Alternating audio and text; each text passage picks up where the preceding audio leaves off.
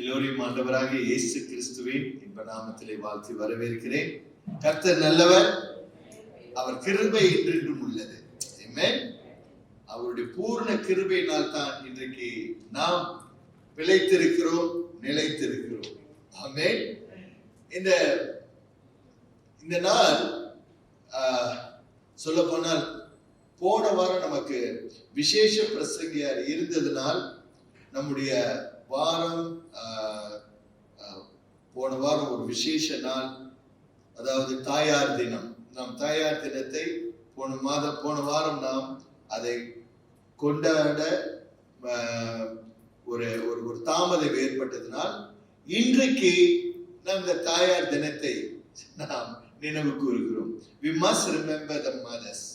தாயார்களை நினைவு கூறுவது அது நல்லது என்று கிடையாது, அது முக்கியம். ஆகையால் இந்த தாயார் தினம் போன வாரம் நாம் உலகம் எங்கும் தாயார் தினத்தை நினைவு கூர்ந்து கொண்டாடினார்கள். ஆனால் நாம் ஆவஸ் திருச்சபை காலையில் ஆங்கில ஆராதனையிலும் தாயார் தினத்தை குறித்து நாம் அறிந்து கொண்டோம். நாம் அதை விசேஷமாக கவனித்தோம். அதுபோல இன்றைக்கு இந்த தமிழ் ஆராதனையிலும் தாயார் தினத்தை நாம் நினைவு கூர்ந்து அதை தாயார்களை கனப்படுத்துவது முக்கியமாக இருக்கிறது. தாயார் தினத்தை குறித்து நான் ஒரு செய்தியை ஆயத்தப்படுத்தும் வேளையிலே நான் தொடர்ச்சியாக பலிப்பிடம் எனக்கூடிய இந்த செய்தியோடு நான் போய்கொண்டிருக்கிறேன். தி ஆல்டர், இந்த பலிப்பிடம் என்ற இந்த செய்தியோடு நான் போய்கொண்டிருக்கிற வேளையிலே தாயார் தினத்தில் தாயார்களை நினைவு கூறும்படியாய் வேதத்தில் உள்ள தாய்களை குறித்து கவனிக்கும் பொழுது எப்படி இந்த பலிப்பிடத்தையும் வேதத்தில் உள்ள ஒரு தாயையும் கொண்டு இணைக்க வேண்டும் அல்லது இணைக்க முடியும் என்று நான் ஜபித்துக் கொண்டிருந்த வேளையில பல தாய்கள் என்னுடைய சிந்தைக்கு வந்தார்கள். வேதத்திலே ஆதியாகமம் புஸ்தகத்திலிருந்து எடுக்கும் பொழுது சாராள் எனக்கூடிய ஒரு விசேஷ தாய் அதோடு அப்படியே கடந்து வருகிறது. ரெபேக்கா வருகிறார், ரேச்சல் வருகிறார், லேயா வருகிறார். அப்படியே ஒவ்வொரு தாய்களையும் குறித்து அப்படியே பார்த்து கொண்டிருக்கும் பொழுது புதிய ஏற்பாட்டிலே ஒரு விசேஷ தாய், அது வேறு யாரும் அல்ல, ஆண்டவராக இயேசு கிறிஸ்துவை பரிசுத்த ஆவியினாலே நிரப்பப்பட்டு பெற்றெடுத்த தாய் மரியாள். அதற்கு பிறகு அப்போஸ்தலர்கள் நடவடிக்கைகளில் இருந்து ஒவ்வொரு பவுலின் கடிதங்களை குறித்து பார்க்கும் பொழுது தீமோத்தேயுடைய தாயாரும் தீமோத்தேயுடைய பாட்டியை குறித்து அதிகமாய் சொல்லப்பட்டிருக்கிறது. இன்னுமாய் உள்ள மற்ற தாய்கள் சீஷர்களுடைய தாய்களை குறித்தும் வேதத்திலே சொல்லப்பட்டிருக்கிறது. இந்த தாய்கள் எல்லாம் குறித்து நான் பார்க்கும் பொழுது இந்த தாயார் தினம் இன்றைக்கு நினைவு கூறப்படுகிறதற்கு காரணம் என்ன விசேஷம் இந்த தாய்களை குறித்து என்று பார்க்கும் பொழுது தாயார் தினத்துக்கு அடுத்து ஆசிரியர்கள் தினம் வந்தது, இந்த டீச்சர்ஸ் டே, இப்படி என்று ஒவ்வொரு நாள் வந்து கொண்டே இருக்கும். ஆனால் முக்கியமாய் சொல்லப்படக்கூடிய ரெண்டு விசேஷமானவர்கள் அவர்களை குறித்து பேசப்படும் பொழுது அதிலே ஆழமான கருத்துக்கள் உள்ளது. ஒன்று தாயார்கள், இன்னொன்று தகப்பனார்கள் என்று. ஆகையால் தாய் என்னும் பொழுது மறு வார்த்தை என்ன தெரியுங்களா? தியாகி என்னும் ஒரு வார்த்தை. தாய் என்னும் பொழுது தாய்க்கு மறு வார்த்தை நான் கூட்ட வேண்டும் என்றால் தியாகி. இன்றைக்கு ஒரு பெண் அந்த தரத்துக்குள், அந்த பக்குவத்துக்குள் நுழையும் பொழுது என்னெல்லாம் ஆகிறது. என் வாழ்க்கையிலே 2 முக்கியமான மனுஷிகள், ஒன்று என் தாய், இரண்டாவது என் மனைவி.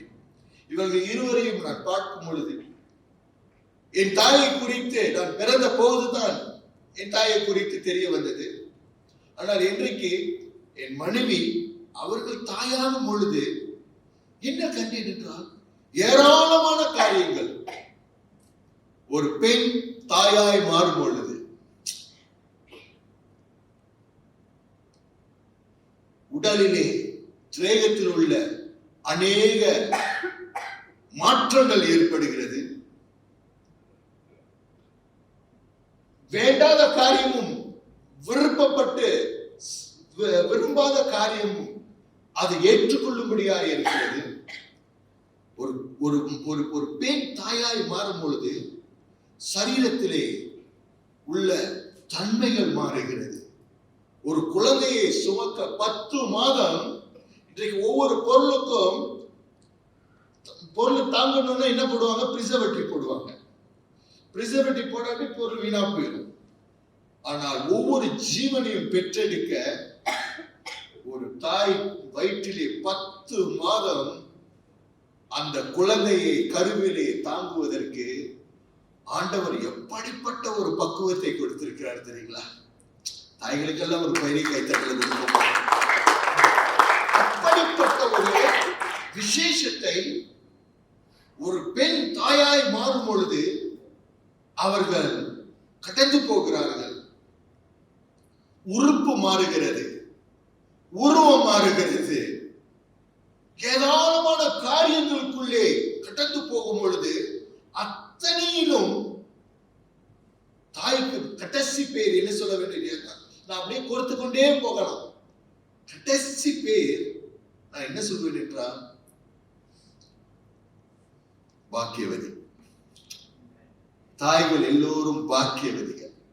ஒரு ஆமென் சொல்லுவோமா? தாய்கள் எல்லோரும் பாக்கியவதிகள், பாக்கியம் பெற்றவர்கள். என்னுடைய செய்தியை நான் தொடர்ந்து வரப்போகிறேன். அதற்கு ஒரு முக்கிய காரியமாய்த்தான் இந்த முதல் உரை, இந்த இன்ட்ரோடக்ஷன். இந்த தாயார் தினத்திலே தாயார்களை கனப்படுத்துவது, கௌரவப்படுத்துவது, இது நாம் எல்லோருடைய பொறுப்பு. ஒரு தாய் 10 பிள்ளைகளை பெற்றெடுக்கிறார்கள். ஒரு சின்ன கொட்டேஷன் நான் இடையில பார்த்தது.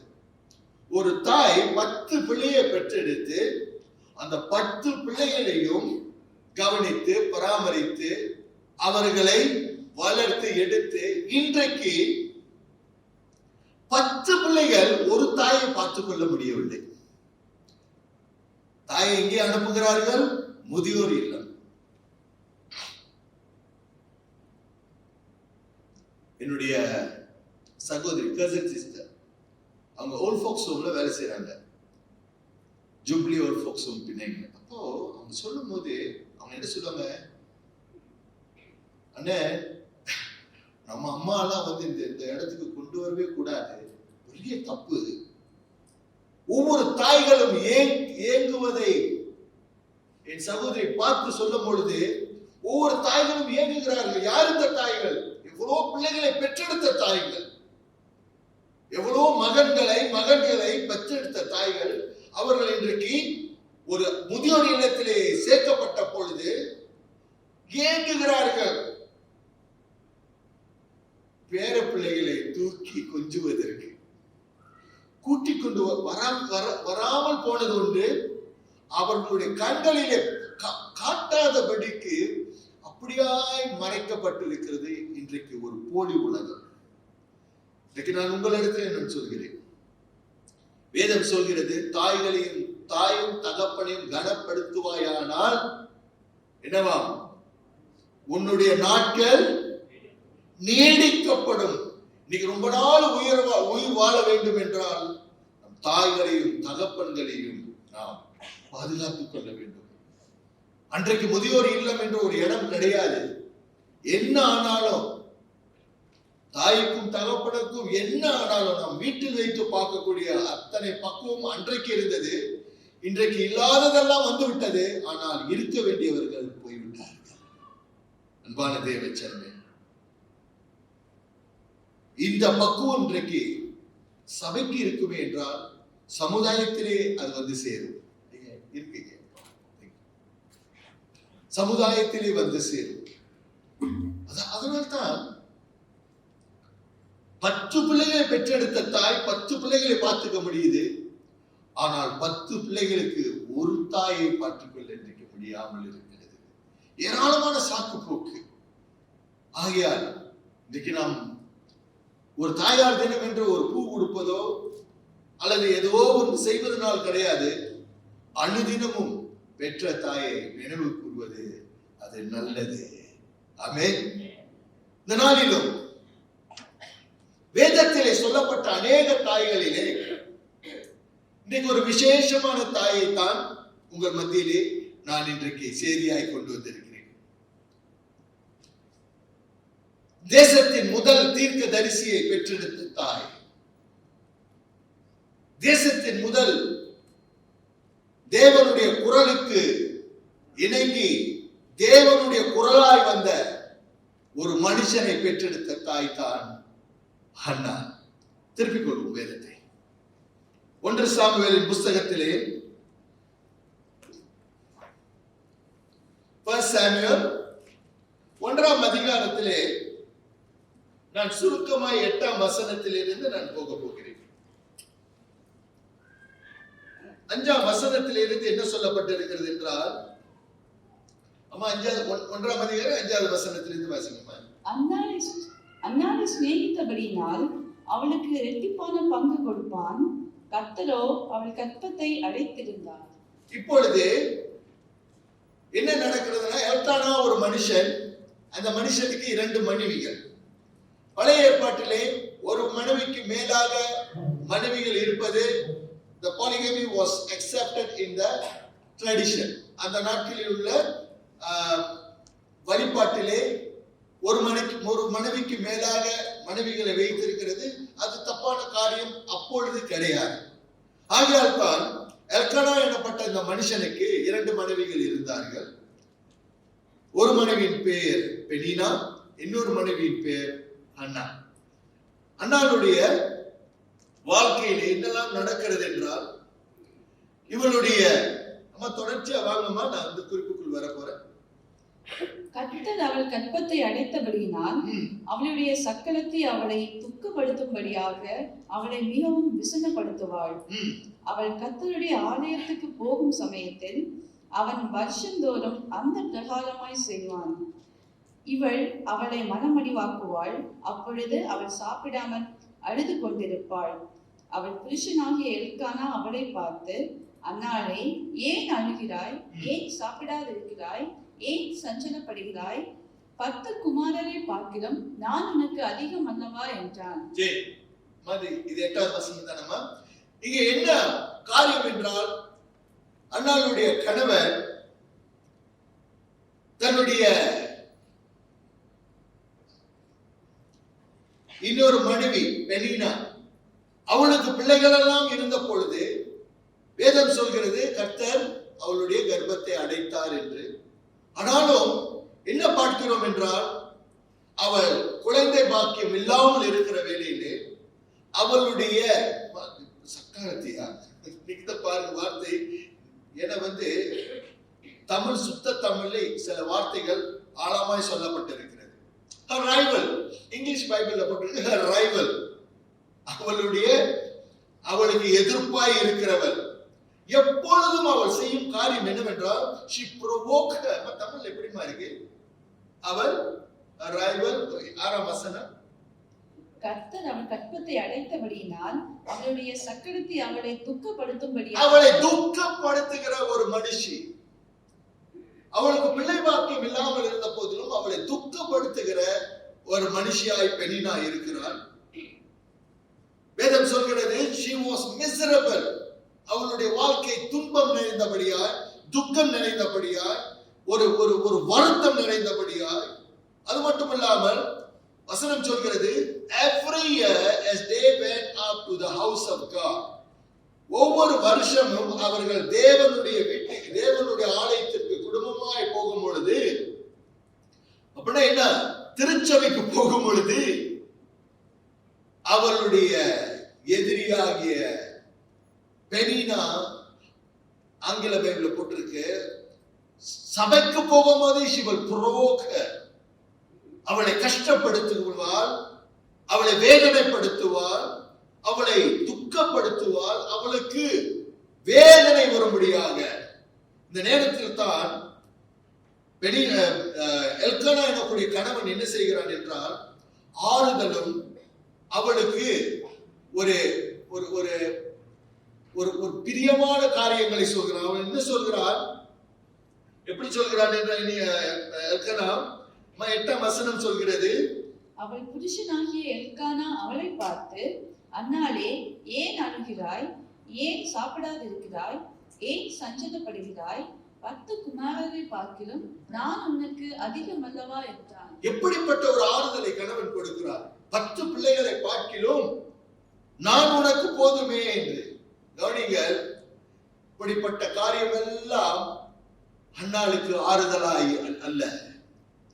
அன்னாள் படுகிற வேதனை, அன்னாள் படுகிற அவமானம், அன்னாள் படுகிற ஒரு ஒரு வருத்தமான காரியம். இவ்வளவு நேரங்களிலே அவள் எரிச்சலாய் வழிகளை செய்திருக்கலாம். இந்த எரிச்சலின் சூழ்நிலையில் தான் இந்த மனுஷி என்ன செய்கிறாள் என்றால், ஒரு தீர்மானம் எடுக்கிறார். 9ஆம் வசனம் சொல்கிறது, she arose என்று இங்கிலீஷ் பைபிள்ல போட்டிருக்கிறது. இங்கிலீஷ் பைபிள்ல எப்படி போட்டிருக்குன்னா, she arose after they had finished eating and drinking. She arose. Tamil பைபிள்லமா, சீலோவிலே அவர்கள் புசித்து குடித்த பின்பு அன்னாள் எழுந்திருந்தாள். அன்னாள் எழுந்திருந்தாள். துக்கத்திலே பாதிக்கப்பட்ட ஒரு மனுஷி, அவமானத்திலே பாதிக்கப்பட்ட ஒரு மனுஷி, மன அழுத்தத்தினாலே நெருக்கப்பட்ட ஒரு மனுஷி, தம்முடைய சக்காலத்தியாகிய பெனினா அவளை துன்பப்படுத்துகிற இத்தனை மன அழுத்தங்களில் இருந்து அவள் என்ன செய்கிறாள் என்றால், அவள் எழுந்திருக்கிறார், எழுந்து புறப்படுகிறார் என்று போட்டிருக்கிறது. இங்கிலீஷ் பைபிள்ல போட்டிருக்கிறது, she arose. That was the turning point. அவளுடைய வாழ்க்கையில் உள்ள ஒரு திருப்பு முனை என்னவென்றால், அவள் எழுந்தார். அன்பான தேவச்சனமே, இன்றைக்கு வாழ்க்கையிலே பலவிதமான அழுத்தங்கள் நம் வாழ்க்கையில வருகிறது, பலவிதமான தடுமாற்றங்கள் வருகிறது, பலவிதமான வேண்டாத ஏமாற்றங்களும் இன்னல்களும் வருகிறது. இங்கே அன்னாள் என்ன செய்கிறாள் என்றால், அவள் புறப்படுகிறாள், எழுந்திருக்கிறார். அவள் இருந்த சூழலை விட்டு அவள் எழும்புகிறார் என்று வேதம் சொல்கிறது. 5 காரியங்களில் இருந்து அவள் எழும்புகிறார். First thing, she arose from the inner turmoil. தம்முடைய உள் எதிர்ப்பின் அழுத்தத்தில் இருந்து, மன அழுத்தத்தில் இருந்து அன்னாள் என்ன செய்கிறாள் என்றால், அவள் எழும்புகிறார். அல்லேலூயா. அன்பான தேவஜனமே, கவனிக்க வேண்டும். இவள் சூழ்நிலையை பார்த்து, அவள் ஒரு சோக கதையை வைத்து, அவள் ஒரு ஏமாற்ற உலகத்திலே அல்லது ஒரு நஷ்ட உலகத்திலே அல்லது ஒரு ஒரு துன்ப உலகத்திலே வாழ்வதை பார்க்கிலும், அவள் முதல் செய்யும் காரியம் என்னவென்றால், இன்றைக்கு அன்னாளுடைய பெயர் இந்த ஜீவ இந்த சத்திய வசனத்திலே எழுதப்பட்டிருப்பதற்கும், இன்றைக்கு தாயார் தினத்திலே இன்றைக்கு நான் இந்த செய்தியை கொண்டு வருவதற்கும், ஒவ்வொரு காரியங்களையும் பார்க்கும் பொழுது அன்னால் எனக்குரிய இந்த மனுஷன் வாழ்க்கையிலே பல விசேஷங்கள் இருக்கிறது. இந்த விசேஷங்களை தான் இன்றைக்கு பகுதியாய் உங்களிடத்திலே நான் காட்ட விருப்பமாய் இருக்கிறேன். முதல் காரியம் என்ன செய்தால் என்றால், தமக்குள் உள்ள the inner turmoil, she just arose from the inner turmoil. இந்த சூழலில் இருந்து அவள் எழும்புகிறார். The second thing, she arose from the pain caused by Penina. பெனினா என்னக்கூடிய தம்முடைய சக்காலத்தின் மூலமாய் வரக்கூடிய ஒவ்வொரு வேதனை, ஒவ்வொரு காயப்படுத்தக்கூடிய அந்த சூழ்நிலையில் இருந்து அவள் எழும்புகிறார். மூன்றாவது, she arose from the pressure zone. ஒவ்வொரு வருஷமும் தேவாலயத்திற்கு குடும்பமாய் போகிற வேளையிலே, அப்படி என்றால் பெனினாவுக்கு பிள்ளைகள் இருந்தது. ஒவ்வொரு முறையும் பெனினா அவளை அவமானப்படுத்தும் பொழுது, அவளை துக்கப்படுத்தும் பொழுது, அவளை வேதனைப்படுத்தும் பொழுது, ஒரு காலம் அவர்கள் பிள்ளைகளை பார்த்து அவளை எள்ளி நகையாடி இருக்கலாம், கேலி பண்ணி இருக்கலாம்.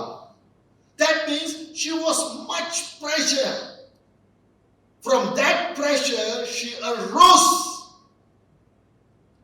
இன்றைக்கு எத்தனை தாய்கள், they couldn't take the pressure, they go and commit suicide, they go and do wrong things.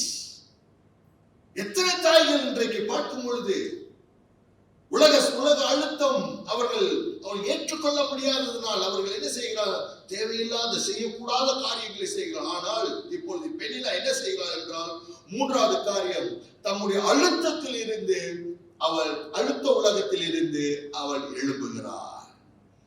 நான்காவது காரியம், she arose from the embarrassment zone. எத்தனை பேர் அவளை பார்த்து, ஒன்று சொல்கிறேன், இது பொது தமிழ் உங்களுக்கு இந்த வாய் இருக்கு. கல்யாணம் பண்ணி 1 வருஷம் 2 வருஷம் 3 வருஷம் பிள்ளை இல்லை, அப்புறம் பிள்ளை இல்லை. அவங்களுக்கு பிள்ளை இருக்கோ இல்லையோ உங்களுக்கு என்ன வாய்? தமிழ் உங்களுக்கு கெட்ட வாய். இன்னும் 5 வருஷமாச்சு பிள்ளை இல்லை. அவங்களுக்கு பிள்ளை வேண்டுமா பிள்ளை வேண்டாமா அவங்க 2 பேரோட, இட்ஸ் வெரி பர்சனல். எத்தனையோ தாய்கள் பிள்ளை பெற்றெடுக்க ஏங்குகிறார்கள். சில காரியம், there can be medical reason. சிலர் என்ன செய்கிறார்கள் என்றால், முதல் பணம் சம்பாதிக்க வேண்டும், வீடு கட்ட வேண்டும், காரி வாங்க வேண்டும், எல்லாம் செய்வோம், அதற்கு பிறகு பிள்ளை பெற்றுக் கொள்வோம் என்று அந்த எல்லாம் செய்து பிள்ளை பெற்றுக்கொள்ள அதை தேடும் பொழுது பிள்ளை கிடைக்காமல் இருக்கிற எத்தனையோ குடும்பங்களை நான் பார்த்திருக்கிறேன். என்னுடைய அனுபவத்திலே, ஊழியத்திலே எவ்வளவு குழந்தை பாக்கியம் இல்லாத தாய்கள் ஆண்டவர் அற்புதமாக குழந்தை பாக்கியங்களை கொடுத்திருக்கிறார். அன்பான தேவச்சனமே, எனக்கு தெரிந்த ஒரு குடும்பம், அவங்க திருமணமாகி கணவன் மனைவி இருவரும் ஆசிரியர்கள். அவர்கள் திருமணமாகி 2, 3, 4 வருஷம் குழந்தை பாக்கியம் இல்லாமல் இருக்கிற வேளையிலும், ஆனால் ஜப கூட்டத்திலே ஒரு முறை அவர்கள் சொல்லி இருக்கிறார்கள், எங்களுக்காக ஜெபம் பண்ணுங்க, we want a child, எங்களுக்கு குழந்தை வேண்டும். அப்படி என்றால் there is some problem or some issues. ஜப கூட்டத்தில் ஜெபம் பண்ணி முடிந்தது. இப்போ ஒரு முறை வீட்டு சந்திப்புக்கு நான் போவேன். அப்போ ஒரு வீட்டுக்கு போயிட்ட பொழுது பேசிட்டு இருக்கும்போது, வேலை காரியம், நான் யார் வீட்டுக்கும் நான் வீட்டு சந்திப்புக்கு நான் போகிறேன் என்றால் எவ்வளவு காரியங்கள் நம் சபையில பேச முடியாமல் இருக்கலாம். வீட்டில் போனால் அந்த குடும்பத்தோடு இணைந்து பேசுவதற்கு ஒரு நல்ல காரியமா நேரமா இருக்கும். அப்பொழுது அவங்களுடைய ஜப வாழ்க்கை, அவங்களுடைய வேத வாசிப்பின் வாழ்க்கை, அவங்களுடைய ஆவிக்குரிய வாழ்க்கை, அவங்களுடைய வேலை வாழ்க்கை, குடும்ப வாழ்க்கை, இதை குறித்து நான் பேசுவேன். இப்படி பேசிக்கொண்டு இருக்கும் பொழுது, பாருங்கள் ஜபம் பண்ணுவோம் என்று ஜபிக்க ஆரம்பித்தோம். ஜபம் செய்து கொண்டிருந்த அந்த வேலையிலே திடீர் என்று ஒரு பெரிய அசைவு ஏற்பட்டது. அந்த வீட்டிலே ஜபம் பண்ணி கொண்டிருக்கும் பொழுது ஆவியானவர் பலமாய் அந்த வீட்டிலே இறங்கினார். ஒரு பெரிய அசைவு ஏற்பட்டது.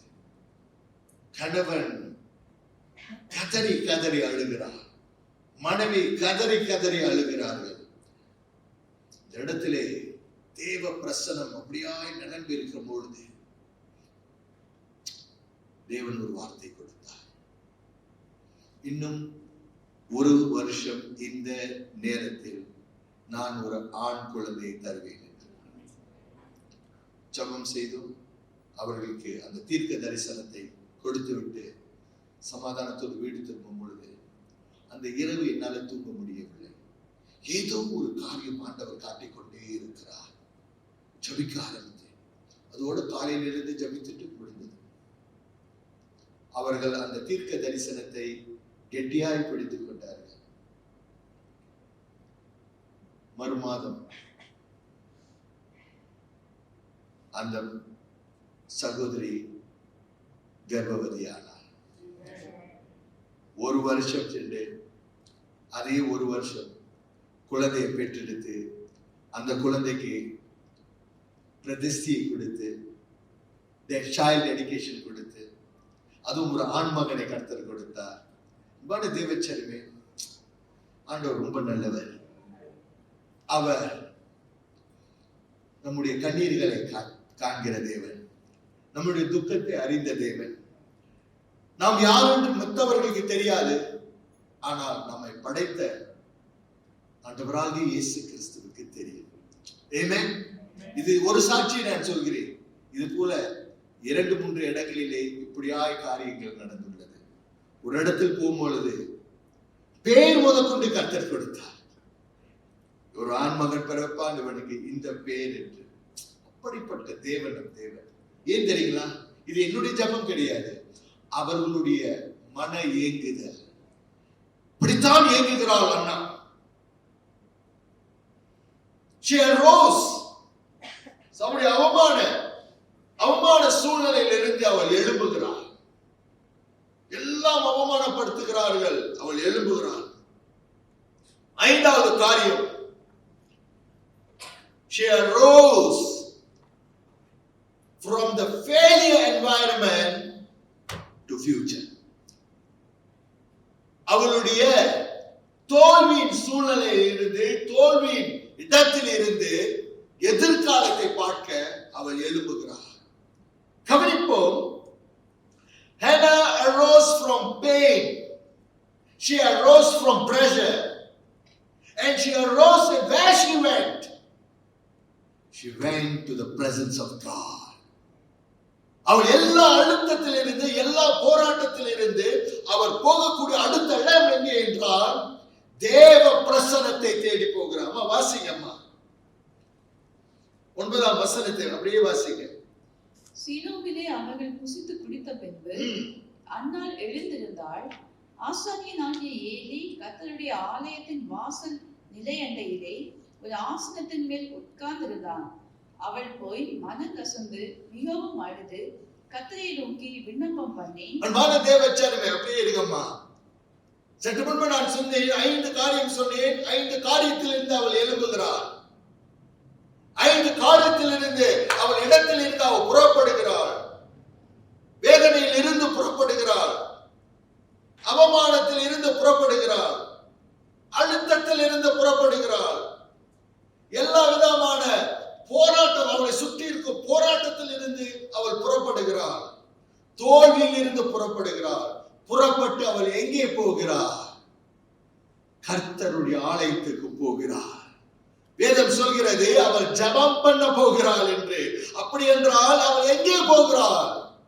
அவள் பலிபீடத்துக்கு போகிறாள். ஆமென் சொல்லுவோமா?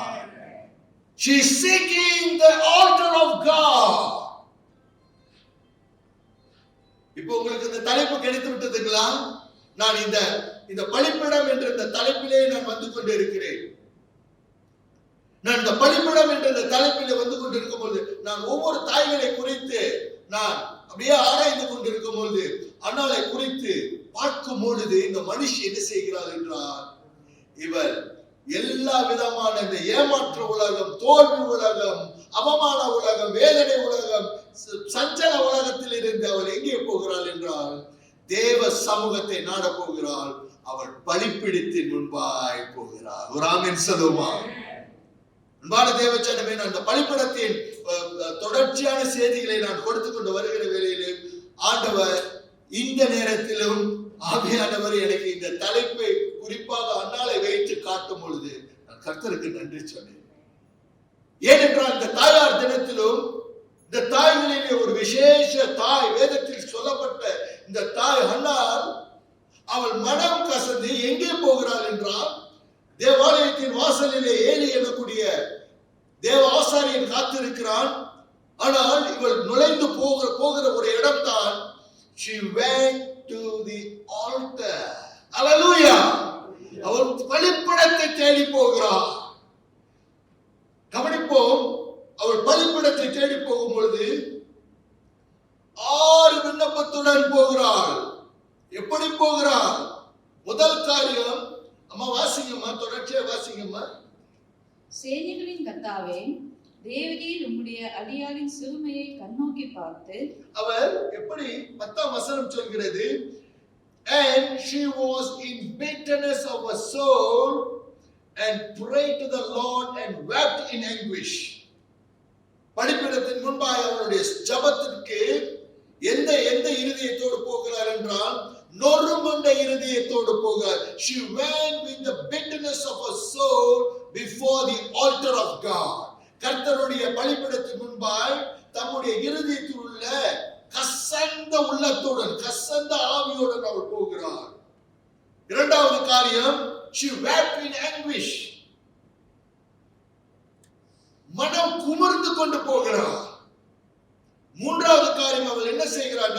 she prayed to God. அவள் ஜெபம் செய்கிறாள், ஒரு வேண்டுதல் செய்கிறாள். வாசிப்போம் அம்மா, வாசிங்கம்மா 11வது வசனம். சேனைகளின் கர்த்தாவே, தேவரீர் உம்முடைய அடியாரின் சிறுமையை கண்ணோக்கி பார்த்து, பார்க்கும் சொல்லுகிறாள், அவளுடைய சூழ்நிலை சொல்கிறாள். வாசிங்கம்மா. உம்முடைய அடியாரை மறவாமல் நினைத்தவர். ஹalleluya. நான்காவது காரியம், அவள் கர்த்தரிடத்திலே சொல்லும் காரியம், remember me Lord. ஆண்டவரே, என்னை நினைத்தருளும் என்று ஆண்டவர் சமூகத்தில் வேண்டுகிறார். வேதம் சொல்கிறது, எல்கானா என்னக்கூடிய தன் கணவன், தன் குடும்பம், தன்னுடைய எல்கானாவுடைய இன்னொரு மனைவி, அவருடைய பிள்ளைகள் வருஷம் தோறும் அவர்கள் தேவாலயத்திற்கு போகிறார்கள். வருஷம் தோறும் தேவ சமூகத்தில் இருந்து அவர்கள் ஜெபித்து ஆராதித்து வருகிறார்கள். ஆனால் இந்த வருஷம் மட்டும், இந்த தடவை மட்டும் ஒரு தீர்மானத்தோடு போகிறாள் இந்த மனுஷி. இந்த தீர்மானத்தின் பிரகாரம் தான் என்ன நடக்கிறது என்றால், ஒரு திருப்பு முனை நடக்கிறது. There was a turning point in Hannah's life. She arose. அவள் எழும்புகிறாள். இன்றைக்கு நான் சொல்கிறேன், இங்க இருக்கும் தாய்கள் இந்த வருஷம் எழும்பும் ஒரு வருஷம். ஹalleluya. நீங்கள் எப்படிப்பட்ட சூழ்நிலையில் இருக்கிறீர்கள், எதெல்லாம் நீங்கள் கடந்து வருகிறீர்கள், எதிலெல்லாம் உங்களுக்குள்ளே ஒரு மன அழுத்தங்கள் இருக்கிறது எனக்கு தெரியாது, ஆனால் ஆண்டவராகிய கர்த்தருக்கு தெரியும். ஆமென். அவர் என்ன செய்கிறாலும் செய்யும் முதல் காரியம், எழும்பும்படியா, எழுந்து எங்கே போகும்படியா, நாம் யாரிடத்தில், உலகத்தில் உள்ள யாரிடத்தில் சொல்லும் பொழுது சிலர் கேட்டுக்கொள்வார்கள், சிலர் வருத்தப்பட்டு சொல்வார்கள், ஏன் இப்படி எல்லாம் உனக்கு அப்படின்னு சொல்வார்கள். சிலர் அவங்க தான் மூட்டை கட்டி கொண்டு போறவங்க. என்ன சொல்லுவாங்க, அந்த கதையை அப்படியே கொண்டுட்டு போய் இன்னொருத்தவங்க சொல்றது. அதே போல இந்த மாதிரி மீடியா வேலை எல்லாம் நிறைய செய்யறவங்க இருக்காங்க. ஆனால் அவள் கொண்டு போன ஒரு இடம் எங்கே என்றால், தேவ சமூகத்தின் முன்பாய் கொண்டு போகிறார். அவள் கொண்டு போன இடம் எங்கே என்றால், பலிபீடத்தின் முன்பாய் கொண்டு போகிறார். அவள் கொண்டு போகும் இடம் எங்கே என்றால், தேவனுடைய சந்நிதியிலே அவள் சரணடைகிறார். ஹalleluya. இந்த இடத்தில் தான் மனம் கசந்து அழுகிறாள். அவள் ஒரு ஜெபம் செய்கிறாள். அவள் ஒரு பொருத்தனையோடு ஒரு ஜெபத்தில் என்ன செய்கிறாள், என்னை நினைத்தருளும் ஐயா என்று. இந்த 4வது காரியம், remember me O Lord. 5வது காரியம், அவள் என்ன செய்கிறாள் என்றால், கர்த்தரிடத்தில் என்ன கேட்கிறாள், எனக்கு ஒரு குழந்தையை கொடு. குழந்தை என்றால் என்ன? ஒரு சாதாரண குழந்தையை அவள் கேட்க கிடையாது. ஆண்டவரே நீங்க எது கொடுத்தாலும் கிடையாது. She is very specific. எனக்கு ஒரு ஆண் குழந்தையை கொடுங்க ஆண்டவரே என்று கேட்கிறார். ஹalleluya. அன்பான தேவஜனமே, இன்றைக்கு தேவ சன்னிதானத்திலே தேவனுடைய பலிபீடத்தின் முன்பாக நிற்கும் பொழுது தைரியமாய் கேட்போம். தைரியத்துடன் ஆண்டவர் இடத்திலே கேட்போம். நாம் அப்பாவிடத்திலே கேட்காம நம்ம யாரிடத்துல கேட்க போகிறோம்? பிள்ளை தகப்பனிடத்திலே அப்பத்தை கேட்டால் தகப்பன் கல்லை கொடுப்பானோ? நீர் கேட்பதற்கு முன்பாகவே நான் அறிந்திருக்கிறேன் என்று நம் ஆண்டவராகிய இயேசு கிறிஸ்து சொல்லி இருக்கிறார். ஆமென். ஆகையால் தான் அவள் என்ன செய்கிறாள்? Give me a male child. She was very specific. இந்த நாளிலும் நான் ஜெப குறிப்பை கொடுக்கிறேன். தேவ சன்னிதானத்திலே போய் கேட்கும் பொழுது, ஆண்டவரே ஏதாவது கொடுங்க ஆண்டவரே, கிடையாது, குறிப்பாக கேட்போம். ஆனால் குறிப்பாக கேட்கிறார், எனக்கு ஒரு ஆண் குழந்தை கொடும் ஆண்டவரே. That means she was very focused. அவள் தெளிவாய் இருக்கிறாள். அவளுடைய தேவ சமூகத்தை அவள் நாடும் பொழுது அவள் எப்படியா இருக்கிறாள்? அவள் மிக மிக தெளிவாய் இருக்கிறாள். இன்றைக்கு தெளிவு மிகவும் நமக்கு முக்கியம். ஏனென்றால் நம் ஜபிக்க கர்த்தர் சமூகத்திலிருந்து ஜப வாசலுக்குள்ளே நுழையும் பொழுது தெளிவு மிகவும் முக்கியம். இன்றைக்கு தெளிவாய் இருக்கும் பொழுது கவனிப்போம். அவள் 6வது காரியம் கேட்கிறாள். என்னவென்றால், வாசிச்சுட்டு வாங்கம்மா. உமது அடியாளுக்கு ஒரு ஆண் பிள்ளையை கொடுத்தால், ஒரு ஆண் பிள்ளையை கொடுத்தால் அவன் உயிரோடு இருக்கும் சகல நாளும் நான் அவனை கர்த்தருக்கு ஒப்பு கொடுப்பேன். ஹalleluya, ஆமென் சொல்லுமா. இவள் மலடி என்று பெயர் எடுத்துக்கொண்டு இருக்கிறாள். இவளுக்கு பிள்ளையே இல்லை என்று இப்பொழுது இவளுடைய ஜபத்திலே ஒரு பிள்ளையை கேட்கிறாள். அதுவும் ஒரு ஆண் பிள்ளையை கேட்கிறாள். அதுவும் இந்த ஆண் பிள்ளை நீங்கள் கொடுக்கும் பொழுது அந்த பிள்ளையை நான் உங்களுக்கு கொடுப்பேன் என்று கர்த்தரிடத்திலே அவள் ஒரு பொருத்தனை செய்கிறாள். ஹல்லேலூயா, ஒரு பொருத்தனை செய்கிறாள். அப்படி என்றால் குடுக்கும் ஒரு இருதயத்தை அவள் தேவ சமூகத்திலே கொடுக்கிறாள். கொடுக்கும் ஒரு இருதயத்தை. She was a woman of prayer. She was a woman of brokenness. அவள் ஒரு ஜபிக்கிற தாய், ஒரு ஜபிக்கிற பெண், ஒரு உடைந்த உள்ளம் கொண்ட ஒரு பெண்.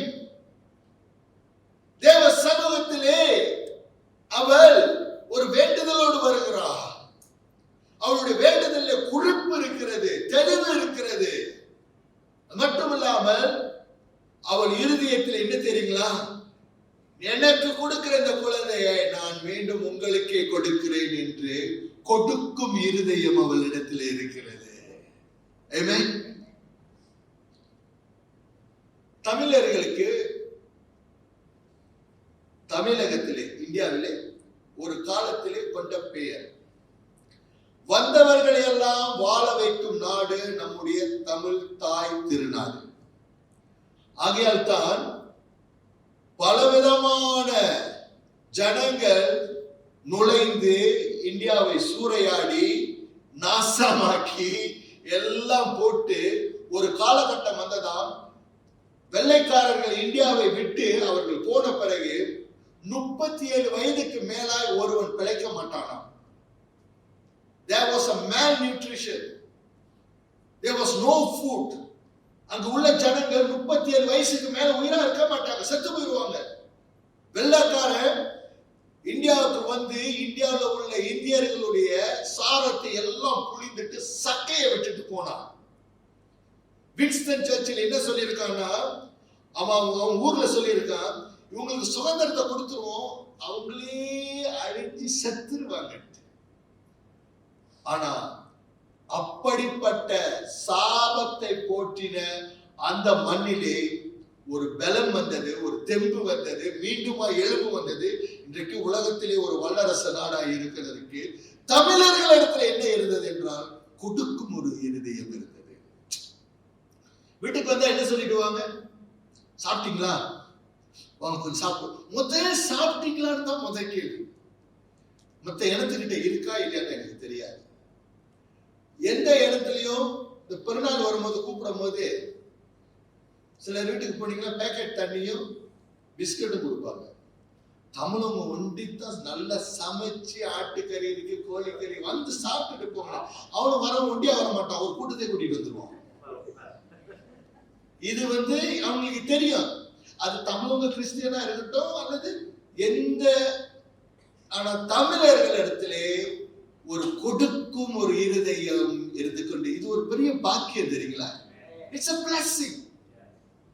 ஆகையால் இந்த மனுஷி, ஆனால் coming to the point, அவள் கொடுக்கிறவளாய், எனக்கு கொடுக்கும் ஒரே குழந்தை நான் உனக்கு கொடுப்பேன் ஆண்டவரே என்று இந்த காரியம் நடந்து ஆனாலும் தேவ சமூகத்தில் நடந்து கொண்டிருக்கும் பொழுது ஒரு மனுஷன் உத்து கவனித்துக் கொண்டிருக்கிறார். அந்த மனுஷன் தான் ஏலி என்னக்கூடிய ஆசாரியன். ஏலி தேவாலயத்தில் ஆசாரியனாய் இருக்கிறவர். இந்த வாசலிலே அண்ணால் நுழைந்து என்ன செய்து கொண்டிருக்கிறாங்க? தேவாலயத்தில் அந்த ஜப ஸ்தலத்திலே, அப்படி என்றால் பலிபீடத்தின் முன்பாக இருந்து அவள் என்ன செய்து கொண்டிருக்கிறாள் என்று நினைத்து பார்க்கும் பொழுது அவளுடைய உதடு அசைவுக்குள் இருக்கிறது, வாயிலே மொழி இல்லாமல் இருக்கிறது, அவள் பிதர்ப்பித்துக் கொண்டு இருக்கிறதை அவன் காண்கிறான். ஆகையால் ஏலி செய்கிற முதல் காரியம் என்ன தெரியுங்களா? ஒரு தப்பு கணக்கு போடுகிறார். தேவாலயத்தில் உள்ள ஒரு தேவ ஆசாரியன் ஒரு தப்பு கணக்கு போடுகிறான். என்ன சொல்கிறார்? வாசிங்கம்மா. அவள் கர்த்தருடைய சன்னதியில் வெகு நேரம் விண்ணப்பம் பண்ணுகிற போது, அவள் வெகு நேரம் விண்ணப்பம் பண்ணுறா. அப்ப ராத்திரி போன மனுஷி அப்படியே மிட்நைட் பூரா ஆன்லைன் பிரே ஓடிட்டு இருக்கிறது. வாசிங்கம்மா. ஏலி அவள் வாயை கவனித்துக் கொண்டிருந்தாள். அன்னாள் தன் இருதயத்திலே பேசினாள். இருதயத்திலே எத்தனை பேருக்கு இருதயத்திலே பேச முடியும்? வேதத்தை நான் ஆராயும் பொழுது வேதத்திலே இருதயத்திலே பேசின முதல் மனுஷி அண்ணா இருதயத்திலே பேசுகிறார்.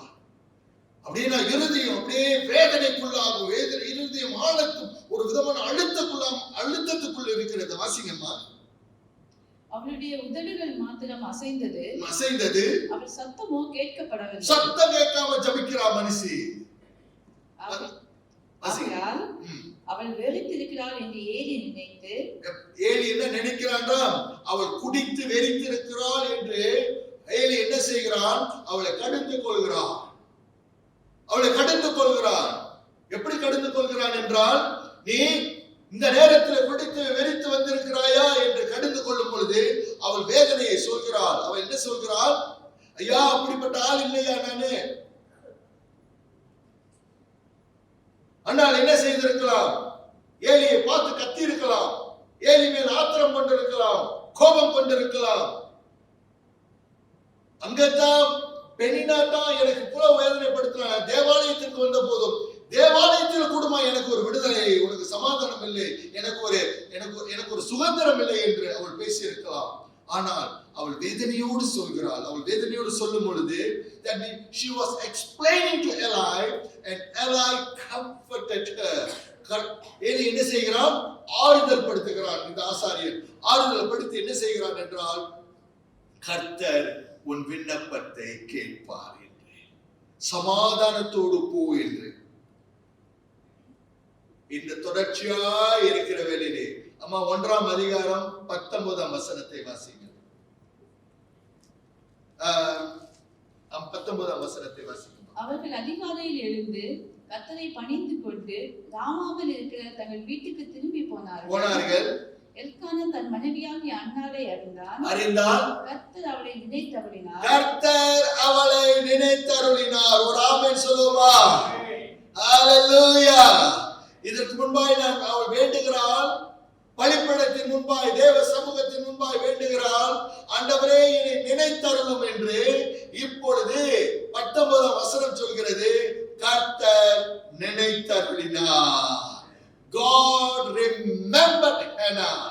அன்பான தேவச்சனமே, கர்த்தருடைய பலிபீடத்தில் வேண்டுகிற ஒவ்வொரு விண்ணப்பமும் ஆண்டவர் நினைத்தருளுவார். ஒரு ஆமென் சொல்லுமா? God will hear your prayer.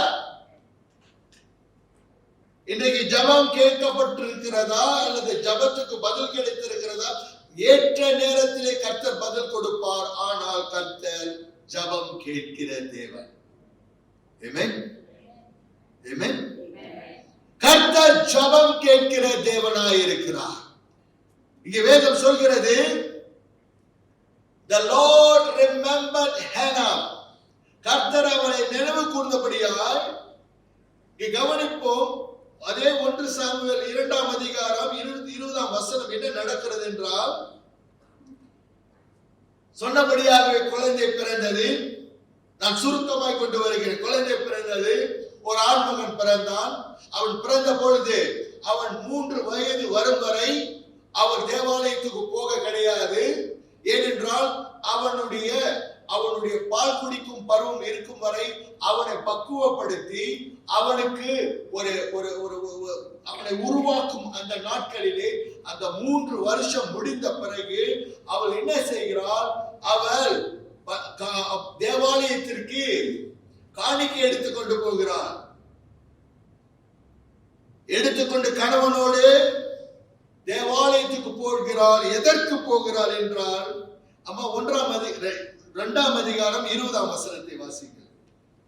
Eli எல்கானாவையும் அவன் மனைவியையும், இதுக்கு முன்பாக அவள் பிறந்த குழந்தைக்காக 2ஆம் அதிகாரம் 2ஆம் அதிகாரம் 1ஆம் வசனத்திலிருந்து 11ஆம் வசனம் வரைக்கும் அவளுடைய ஜபத்தை இங்கே வேதம் எழுதி இருக்கிறது.